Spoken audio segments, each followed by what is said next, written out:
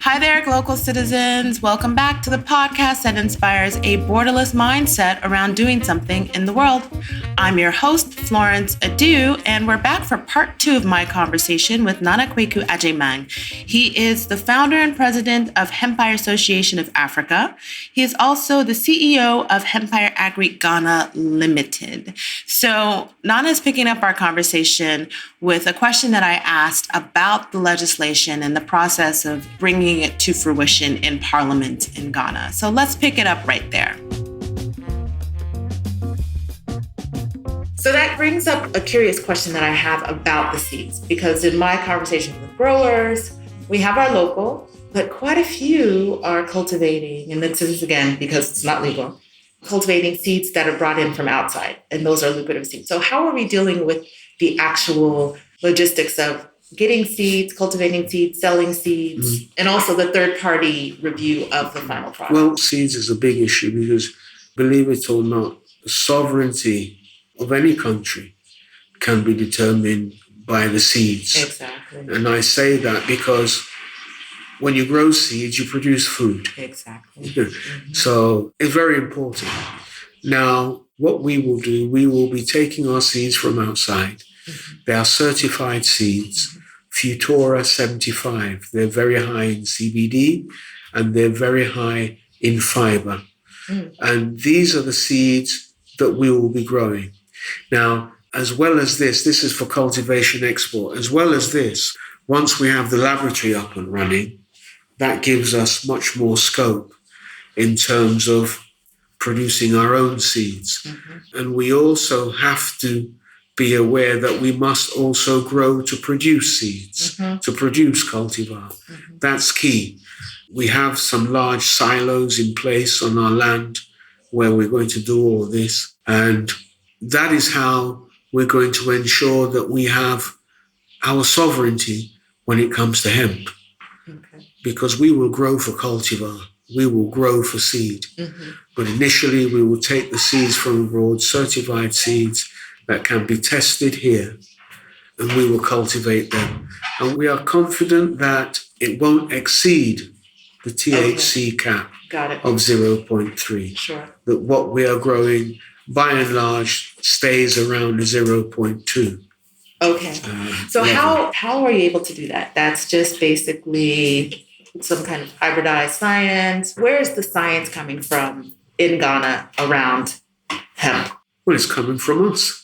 Okay.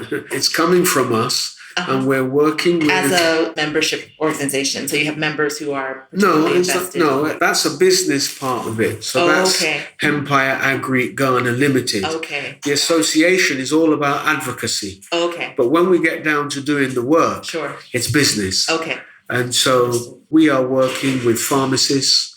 We are working with chemists. We are working with general scientists to look at that whole issue. In fact, we appointed last week, if you were around last week we appointed a gentleman who comes from Colorado, very experienced. He's an African American.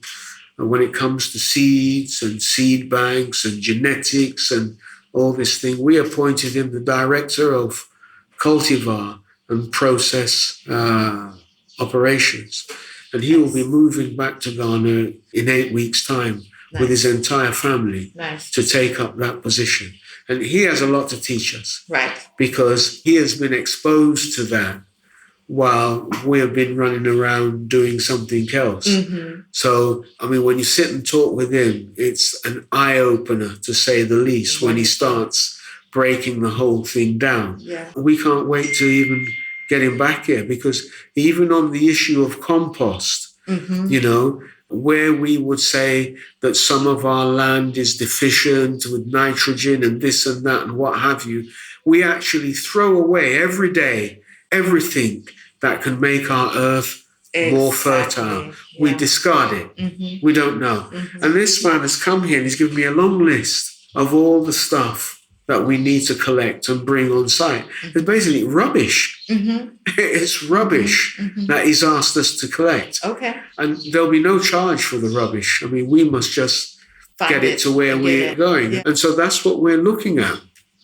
That is what we're looking at. We've got everything here in Ghana. We've got everything here in Ghana. Sure. It's just that we don't know how to assemble it. So that's the put it all learning together. curve. Yeah. So we've appointed someone who's very well learned in this field. Wonderful. And he's going to head the laboratories, infusion, extraction, and all this kind of stuff, as well as just, being able to test the hemp when it's grown. Right. We will also produce testing kits for those who aren't in our immediate vicinity, so that they will be able to test their produce remotely and bring the results back to us. And of course, we will take samples ourselves from their fields to test to see how the whole thing correlates with the testing kit, etc., etc., etc. Because whilst I say that it won't exceed the 0.3, it's very important for us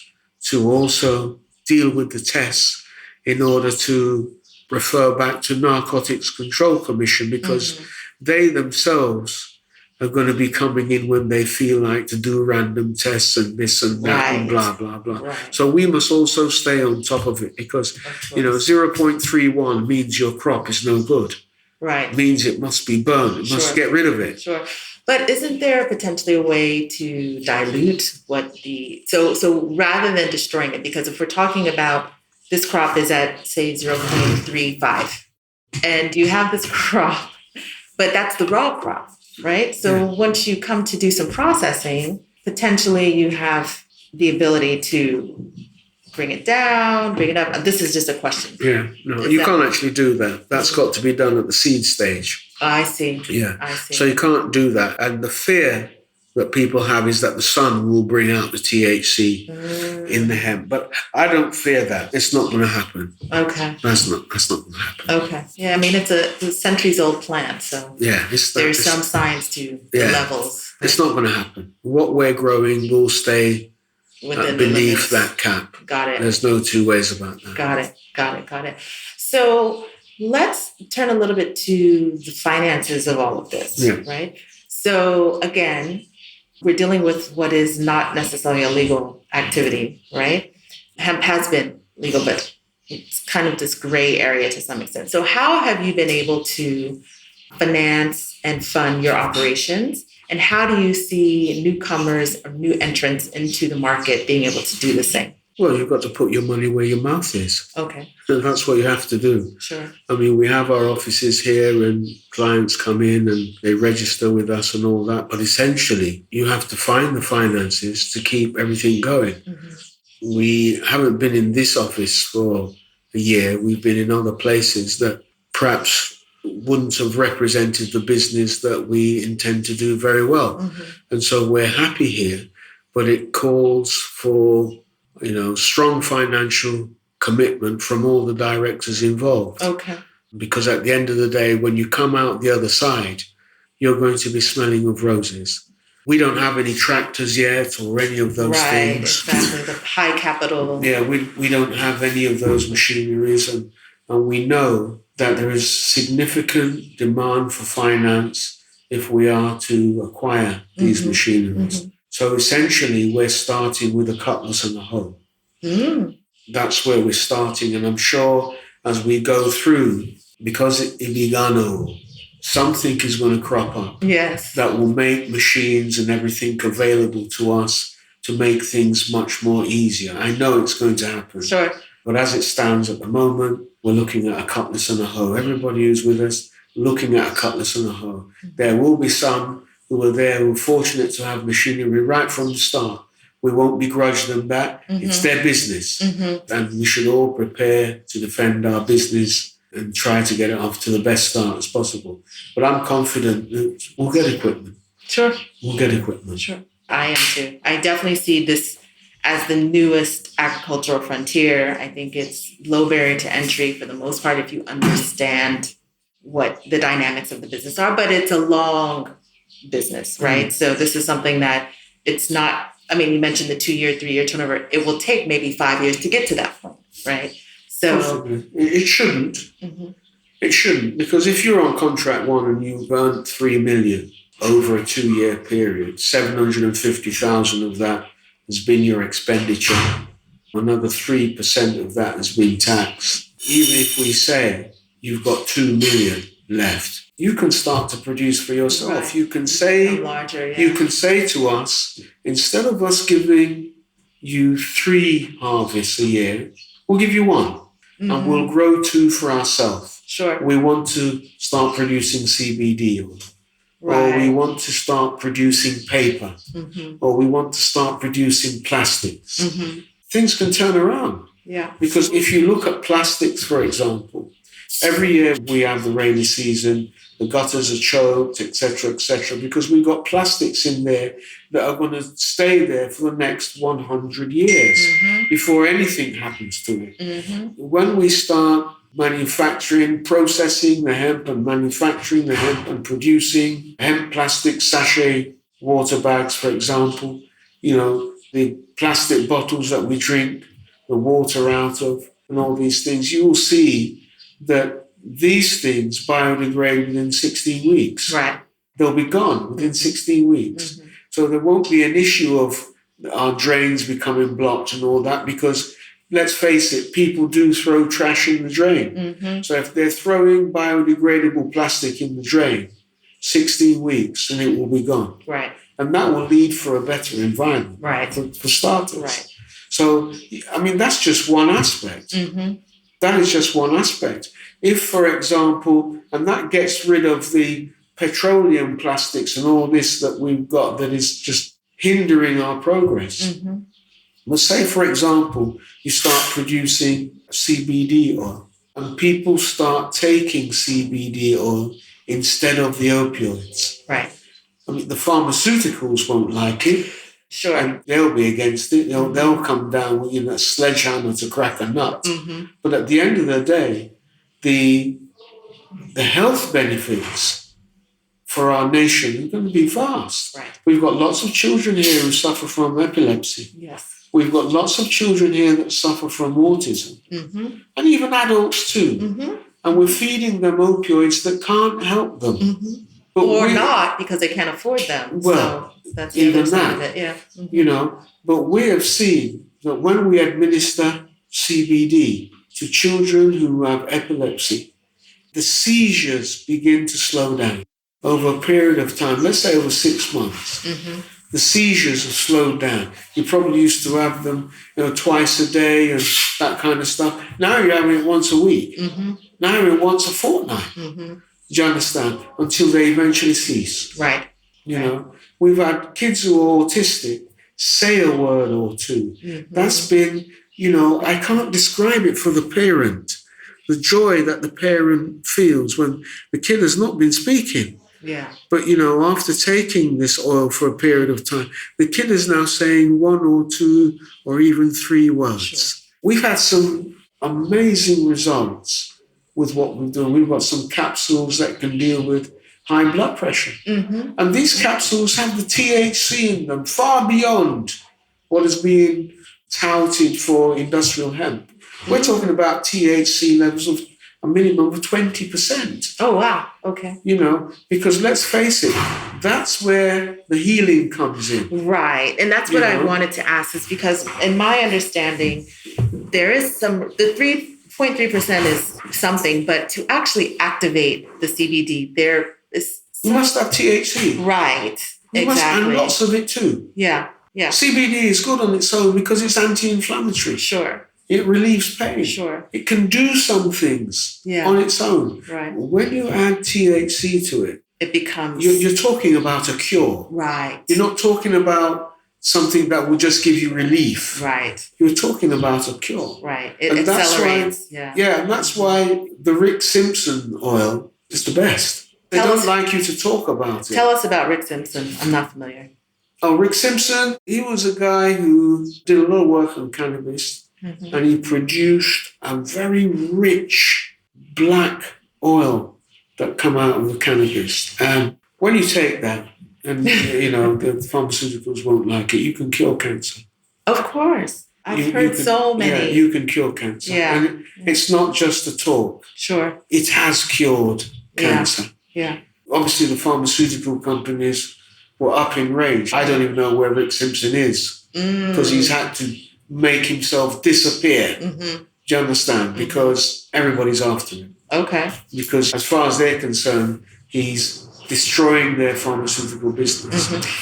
But, you know... And I wonder, because this is where I'm now feeling like the pushback, and I think we're probably blessed that they haven't been paying attention here in Ghana, because the biggest pushback across the globe is the pharmaceutical side. Yeah. So in Colorado, for example, and the U.S. in general, pharmaceutical companies have gotten into the CBD, the THC, basically the cannabis business, because they've understood and have processing that can deal with it. Yeah. And then now we have beverage manufacturers that are now entering into the market. So where do you see big business, small business in our sector and in Africa as a whole? Because it feels a little bit like a big business to start, right? How do we ensure the small holders, what we've got to do, I mean, especially here in Ghana, is we must own this, you see?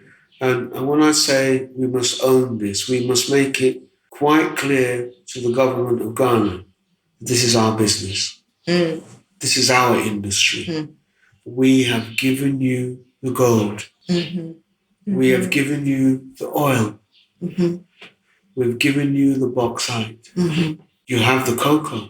And even last week, the cocoa board said that it owed $1.6 billion and that it was broke. Do you understand? Look how long they've been running that. Are they kidding or what? Yeah. You know, they've milked it to high heaven. Everything that I've talked about, the gold, the oil, the bauxite, the cocoa. I mean, the cocoa farmers have never earned anything good from growing cocoa, yet they continue to do it. It's a hand-to-mouth experience. What do they get paid? Just the other day, they've now said that a 40-foot container should be $10,000. Oh. That's a joke. Yes. That's a big joke, because if I'm saying to you 35 acres of land produce 25,000 kilos of hemp and you'll earn $500,000, that's a joke.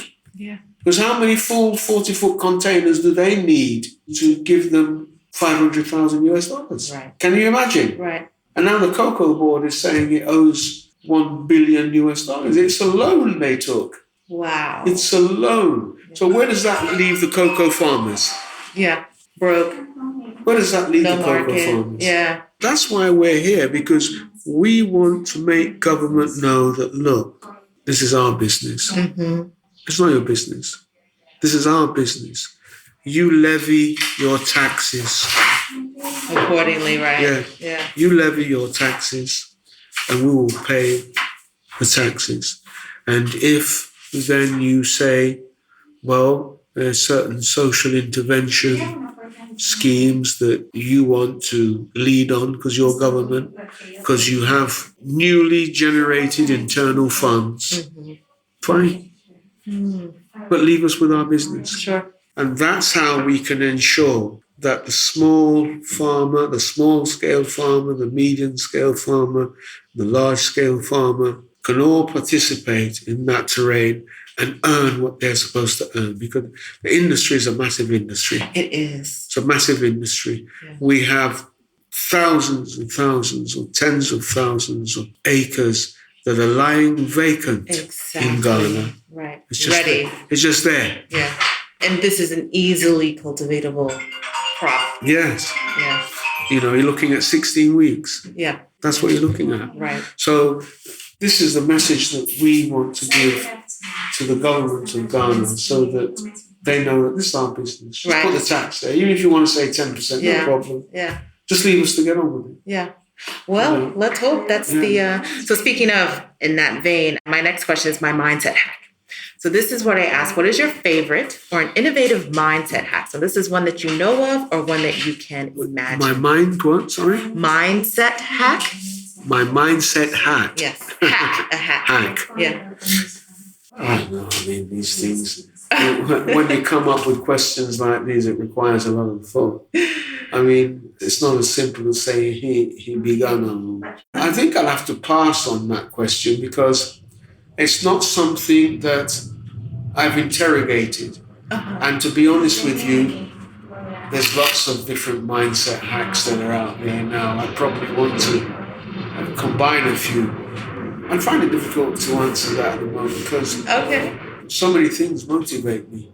Okay. So many things motivate me. Sure. And it's not just as simple as breaking it down like that. Okay. You're the first person to be stumped by the mindset hack question, which is, and I appreciate that because that you said there's so many things that come into mind. I appreciate that. There's no one thing. I couldn't point to it, but they're a combination. It'd be a combination. Sure. Okay, so last bit, we're getting to the end of our conversation. So I want to ask more about the products that you are now, you mentioned, the toothpaste, the services. How did you and how have you been able to produce and distribute some of the Hempire brands and products? Well, they're not actually Hempire brands yet. Oh, okay. Where we are conducting research and development on that. Okay. I can show you a couple of brands. Oh, yes. You hold on one moment. Sure. This is hemp soap. Okay. That's hemp soap. That's one of our brands here in Ghana. It's very mild. Yes. Mm-hmm. It's one of our brands. Okay. This is CBD that we produce here. And this is topical or edible? Full extract. It's topical or it's edible? Oh, it's both. Ah, okay. It's both. Okay, so you can cook with it. You can put it on your skin. You can. Okay. Yeah, it's both. Nice. But it's packaged this way because it's for patients. Okay. Yeah, they're going to ingest it under their tongue. Okay, like a tincture. Absorb exactly. It. Yeah. Mm-hmm. And so the oil is pure extract, coconut oil. It's a full base. It's based. The coconut oil is the base. Yeah. And then we've cold pressed. Okay. The rest into there. So you've got THC is in there, CBD is in there, CBDA, CBG. All of the everything. Spectrum, the full spectrum, sure. Yeah. So, and this is the full plant. So flowers, leaves, stems, everything. Cold pressed. Interesting. And the machinery to do this, so let's say I have my small garden, I want to plant some plants. The machinery to do this, is it available in Ghana? Where could I find it? No. You won't be able to find it. I mean, essentially, even though I think it would be, the courts wouldn't be out of place or the enforcement agencies wouldn't be out of place to understand how important this oil is. Mm-hmm. And they would also understand that there's no issue of consuming this through smoke. It's not for recreational. Right. It's still illegal. Yes. Right. It's still illegal. Right. So this little bottle could probably get you 10 years. Wow. Yeah, it could get you 10 years. So would you say that that's maybe 100 milligrams, 100 grams, like the oh, this is 100 milligrams, just about 100 milligrams. Of THC, of cannabis, THC. Okay. Yeah, so there's other products, but I mean, what we do is in terms of research and development, when you have your laboratory, you're able to break down the composition. Exactly. This is what we want to do. This comes from the UK. Okay. It's a body wash. It's fantastic, actually. Got it. There's a hemp toothpaste. It's now, you can get that in Ghana. Yeah. Okay, nice. You can get that in Ghana. Okay. You can get this too in the stores in Ghana. Okay. But nobody has, essentially, even these, people should be going to prison for them. Right, because the regulations are not out, Sure. This hasn't been tested by FDA, and lots of different things. Yeah. But basically, we're going to study everything. You can try the cream. The cream's very nice. Very nice cream. We're going to break down the compounds and see what is there. Because once you've broken down the compound, you can make your own. Exactly. You can make your own. Sure. And it's coming out of Ghana. Okay. So we could produce our own organic hemp oil skin lotion that comes straight out of Ghana. Right. You can't get it from anywhere else unless it's from Ghana. Exactly. So the value chain is what is in front of us. This is a massive industry. Absolutely. And I don't think people have really realized the potential of this industry and what it will do for the Ghanaian economy. People haven't realized it yet. No, they haven't, which is fine because I think it will definitely transform where we are. Yeah. And so last piece, Hempire Association of Africa. Yeah. So what are your sites? The Hempire Association of Africa. Yeah, the Hempire Association of Africa is an even longer term project. But you see, we look at OPEC. Okay.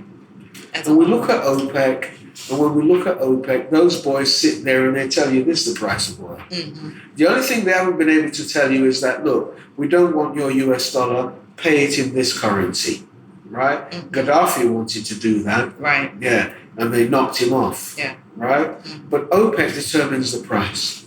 And we need to be in a position whereby Africa dictates the price of hemp. Because make no mistake about it, everyone will come into Africa to cultivate. Because Absolutely. in States, you can only go twice a year. Yeah.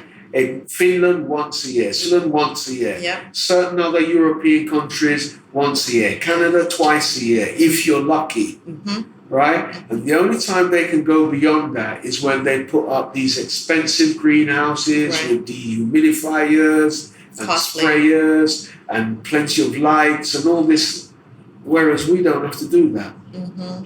We just put the seed in the ground and it pops up and it grows. Exactly. You know, we ain't got the lights, we ain't got dehumidifiers, we ain't got the sprinklers, we ain't got all those little gadgets that they put on a program in and it comes on at this time, goes off at that time, this, that. We haven't got any of those. And those add to their costs, right? Their production costs. Mm-hmm. And they want to reduce that because they're extremely greedy people.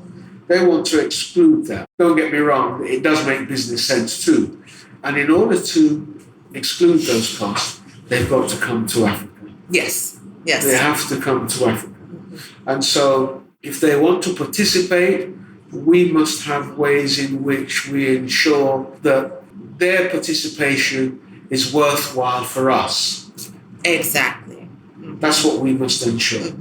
And if they want to purchase, they must know that there's one price for all of us. You can't go to Botswana and buy it for less than you can buy it in Ghana or in Nigeria or in Tanzania. There must be a uniform approach to the whole thing. So the Hempire Association of Africa is all about putting Africa on the same page so that we speak with one voice. Got it. Doesn't matter who you go to, this is what we're doing it for, blah, blah, blah. You can go and check somebody else, but you're going to be told the same thing. Now it's up to you as to which country you want to actually deal with. But you won't be able to play off one country for another.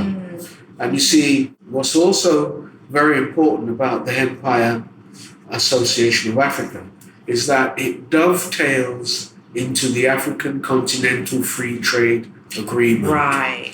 Do you understand? Because there are some parts of Africa where they're not going to be growing any hemp. Yeah. Because the conditions don't allow for hemp to be grown. Yeah. But they may still need the produce. Right. They may still need hempcrete. They may still need hemp plastics. And they may be able to process because they have better energy security, whatever. Yeah. You know, so we really need to start talking to ourselves. I have this. What do you have? It's called trade. Yeah. It's called trade. And it's something that, because we've been conditioned to a certain extent not to trust each other and all these kind of things, not to work with each other, that has also caused stagnation of the continent. You see? And now we have African Continental Free Trade. What it has meant is that we put the tariffs up for anybody who wants to export something in. Right? The tariffs are now higher. Yeah. So you can't just come in with these low tariffs, make a bundle of money, and then ship the money back out to where you are. Right. It's not working like that. Yeah. And so that encourages us to trade amongst ourselves. You know, and that's got to be a good thing. So Hempire Association of Africa, we dovetail into that. We promote trading amongst ourselves. But if other people want to come in and trade, we must be able to tell them that this is the price. And it must be a price that works for us and works for our economies. It must be a price that nobody can get around. That price must be paid. And we will decide when it goes up and when it goes down. Just like OPEC do. They decide how much it is a barrel today, or we've lost 2 cents to the barrel or whatever. We can also make these kind of key decisions. And that's the wealth builder because that is the reason why OPEC countries and economies thrive in the ways that they do, particularly if they have large volumes of oil. Exactly. So, and we can have large volumes of cannabis. Yeah. Large volumes. Right. Cannabis. Of course. You know. Nice. So before I let you go, I always like to ask a question that tells us more about who you are, not what you do. So are you a reader, a watcher, or a listener? Well, your questions are getting harder and harder.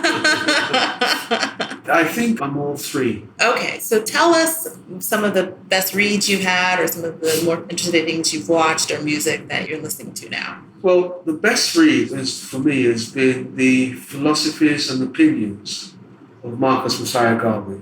Okay. And it's been the best read for me because I've seen that this has been the only man of color, the only African who was able to gather millions of other Africans together and focus their mind on the development of Africa. Mm-hmm. So much so to the point that he had established the Black Star Liner. Mm-hmm. And that Black Star Liner sailed with people who had been taken away from Africa to Liberia. And his teachings about Black first and everything after is for Africans at home and for those who are abroad. These are fundamental to our survival, sure, to how we see ourselves. Yeah. And that's been my best read. That has been my best read. Okay. And I've read quite a bit. That is my best read because it talks about race first. Mm-hmm. And I believe in race first. I'm a nationalist. Mm-hmm. I believe in race first. No matter what you do, race must come first. Mm-hmm. You know, then everything else comes after. And you say that in the context of having lived in the West, because we're all the same race here in Ghana. Yeah, but we don't know it. You see, yes, once we say good that, good point. You have racism abroad, but you have tribalism at home. Mm-hmm. And that's an ism that they introduced to us. Right. And when they had the scramble for Africa and they just started cutting Africa up and awarding it to themselves and all that, they created something when they did that. Because the Frenchman will look at the Anglo-speaking African some way. Mm-hmm. And the Anglo-speaking African will also view the French-speaking a certain way. The colonizers created that scenario. Yeah. They created that because before they came and demarcated the place, I didn't view you any different to how you viewed me, whether I could speak your local dialect or not. What we all had in common was we were all Africans. Sure. Until they came in and did what they did. Well, they've changed things up a little bit for us. Sure. They've changed the boundaries up. But, you know, we must all see race first. We must all see Africa first before we see anything else. I mean, look, we have all the resources here. It's quite clear. They've done all the research in the world. And everything points to Africa as still going to be having the most oil, the most this, the most that, the most this, and whatever. Yet we only have a 2% stake in the global economy. Mm-hmm. Because people are still in there stealing from us. Mm. And we are still watching them. And in some instance, we are facilitating the theft as well. Absolutely. Do you understand? I do. I'm not going to blame it all on our Caucasian brothers, even though they are the root cause. But some of us have taken up their mantle better than they could even take it up. Of course. Yeah. You know, and so we're still suffering. Sure. So it's got to be race first. Okay, so the philosophies and opinions of Marcus Garvey. Marcus Messiah Garvey. He was born in Jamaica. Yes. He was born in Jamaica. Set up the Universal Negro Improvement Association back in the early 20s in the United States of America. Brave guy. To do that at that time when they were lynching people just for fun. You gotta be some tough guy. Exactly. You gotta be some tough guy. Yeah. So that was my best read. In terms of music, I'm all over the place. Mm-hmm. I love music. I love my high life, and I love my hip life. I also love reggae. Mm-hmm. I also love soul. I also love R&B. Sure. There are some white artists I like. Black music is your thing. Yeah, it's my thing. Mm-hmm. It's my thing. So I listen to a wide variety of music. I tend to like music that's coming out of Nigeria more than I like music coming out of Ghana. Uh-huh. Our Ghanaian type of music still hits me because it sings about things that resonate with me, love and this and that. You know, I'm a bit of a dreamer.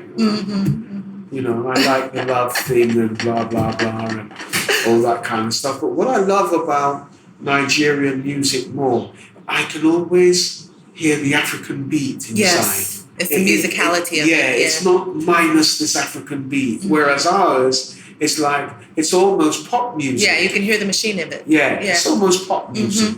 But the Nigerian music, you listen well, there's an African beat going on there. And so I love it more. So yeah, I can agree with that. Yeah, so I love my music. What was your third one? Read, watching. Music. Watching. Well, I'm a football person. Oh, okay. So you've been watching. If football is on for 24 hours a day, I'll watch it. Who's your team? My team's Leeds United. Leeds? Yeah. I don't hear much about them. No, well, I mean, I started supporting that team when I was about 9. Okay. And around that time, they were kicking ass. Sure. Things have changed significantly. Okay. But they're back in the Premier League, and I still have time for them because they really groomed me into football. Yeah, so I'm a Leeds United fan. I watch football from now until never. I like watching the news as well because the news is quite edifying. So I like news, I like documentary stuff. I like the stuff where you see the animals and all that kind of stuff. Nature, I like a bit of that as well. There's some good movies. Yeah. There are some good black movies out. Okay. And so sometimes I'll turn on the Netflix and check it out. In there and Sure. Okay. All right. Well, you got some reading, some watching, some listening details. So I'll put some links to some of those genres as well in the show notes. So, Nana, thank you so much for your time. I wish I'll have to have you back at another time and maybe do a salon with a few other people to talk more about this because I love this topic. I think it's so current for Africa. It's definitely about economics, particularly, looking at ECOWAS in general. I know Nigeria is making moves, Senegal is making moves. So there's rumblings around the continent about this. So I think this is something that we definitely want to continue to talk about. But until then, any closing words, last words for now? Well, cozy words. I've never listened to your podcast before, so I'm feeling quite enthused to listen about it and to follow you and see the other type of people you get on your show and what the topics are. I think I like the fact that you're doing this because not only are you an African, but you're an African woman. And I think that we haven't been able to give as much credence and encouragement and support to African women. We tend to become scared and shy away at the thought of empowerment of the African woman. And to me, to a certain extent, I believe if we had more African women at the helm of our affairs, that we would all be in a much better place. I second that. Cheers. Thank you for that. Yeah. So I think that's my cozy support. Okay. Because men have been running things time immemorial. We have not got it right. But we still force through with our masculinity. We must be there. But I don't think that's the case. I think we need to make way gracefully. So there'll be a joint participation of women because women have lots of great ideas, but they're not heard. Particularly in Africa, in many cases. They're not heard. Yes. And I think the voices of our African women is something that we should pay acute attention to because we've missed a lot of the script as men. We've seriously missed a lot of the script. So I'm really encouraged by what you're doing, and I look forward anytime you come back to me for a round 2. Wonderful. Hopefully I'll be there. Wonderful. Thank you. And then on that, I gracefully say to you, my audience, you can catch us with new episodes each and every Tuesday at www.glocalcitizenspod.com on Apple Podcasts, Google Podcasts, Amazon Music, Spotify, Stitcher, wherever you get your podcasts, you can find us. And until next time, Bye for now.